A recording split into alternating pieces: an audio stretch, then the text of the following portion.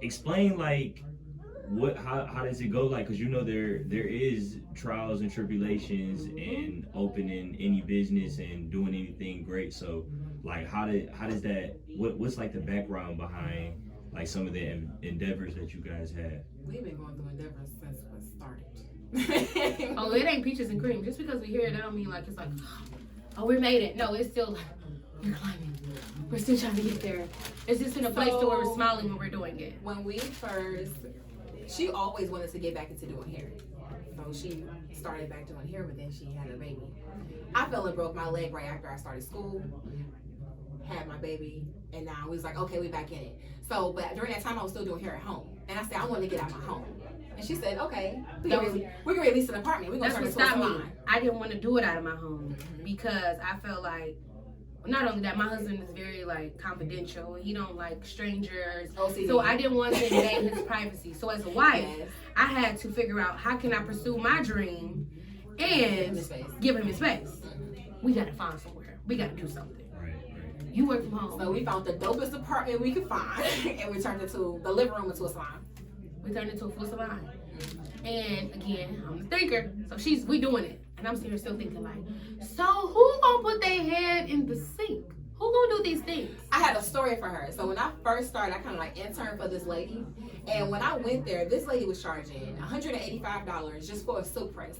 These ladies was pulling up in Maseratis, Rolls Royces, bending their head in that sink. If you want your hair done and you want the experience, you're gonna walk out slaves, you're gonna bend your head in that sink. So you see that partnership worked because I was somebody who's overthinking, so I would have never did it. I would have sat there and kept planning and planning and planning. But then you have a doer who's like, I'm trying to do these things, let's do this. And when we put our heads together, it happened. So within the first 3 months? So we started our business of November 2020. We told ourselves, okay, we gonna see, we didn't put it this way, y'all. We invested all our time and our blood, sweat, and tears and money for 3 months to see what was gonna happen. Not knowing what was gonna happen. We then seen what we were doing and what we could do. And I'm part-time. We said, wait a minute. I'm part-time and she's full-time. And we're a brand new salon. And we both like, oh, I can quit. We were just working. We wasn't really paying attention to how much we were making. We wasn't paying attention to how many clients was getting. We were just moving. And so when we sat down after 90 days and actually looked at the numbers, we was like, oh wait, we're worth way more. We can go invest, and then this could be bigger. And then again, so then she's okay. We're moving. Okay, that's fine. So she started looking for places. And I'm like, wait a minute, why? Hold on, I'm still trying to calculate it in my head. And the door is, again, my partner, willing to jump off the porch. She find the building, and I'm like, okay, let's do it.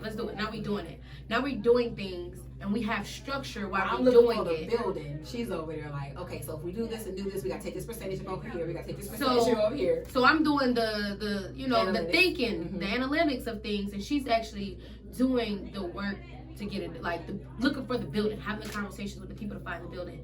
Now, again, we 2 people, and we both have families. So if we were working corporate America and we both have families, how would I have done that by myself? How long would it have took me to do that by myself?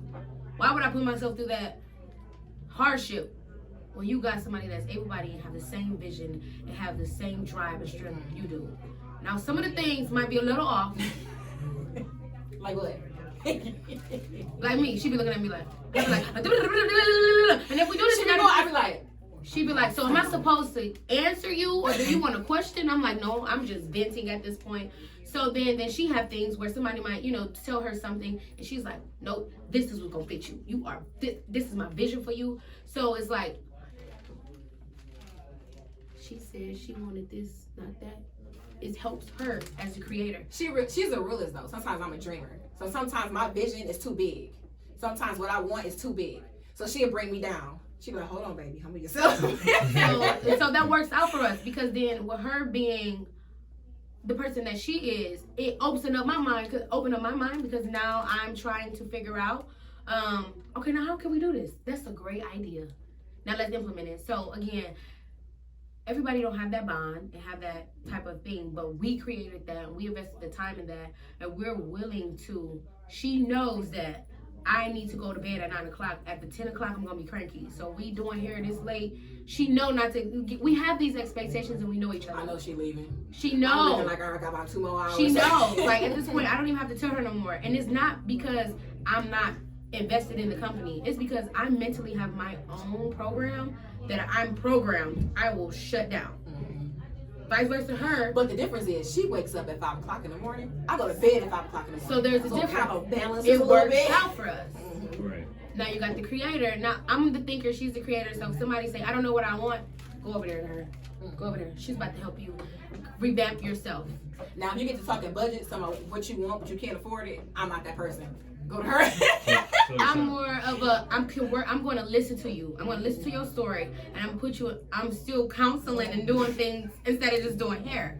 So it balances out for us to be able to communicate with all kinds of people. Yeah, you guys are. It sounds like you guys are a perfect team, and that's why it goes together so well. So, how did you guys like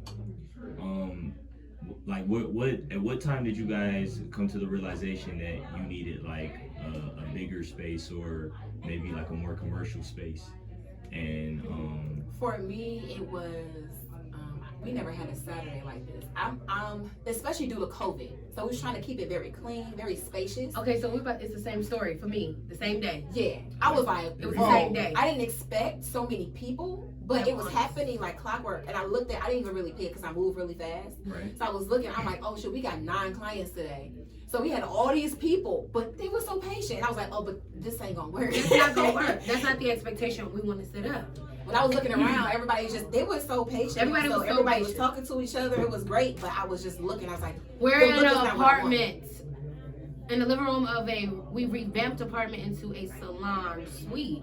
So we had a couch, and we had stools, and it was seating area. Everybody was comfortable, but it was too much for me. I was like, yeah, even though we had our own space, it wasn't even near me, but the environment. She had her right. chair, I had my chair, but again, not only that.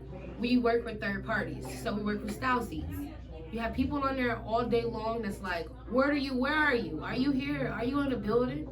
Or are you in this? And are you that? No, I want to be able for you to know I'm at Glam Villa Suite, 643-4555, whatever. Suite 222, pull up. Y'all can come. We are a legitimate business.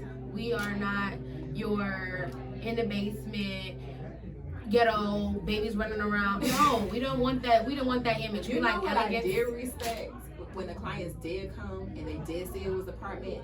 They didn't, because of our presence and what carried ourselves. They was with it. Everybody said I never in my life would have came up with this idea. What made y'all revamp a whole apartment into a salon? Champion second chances. Chance. I don't know.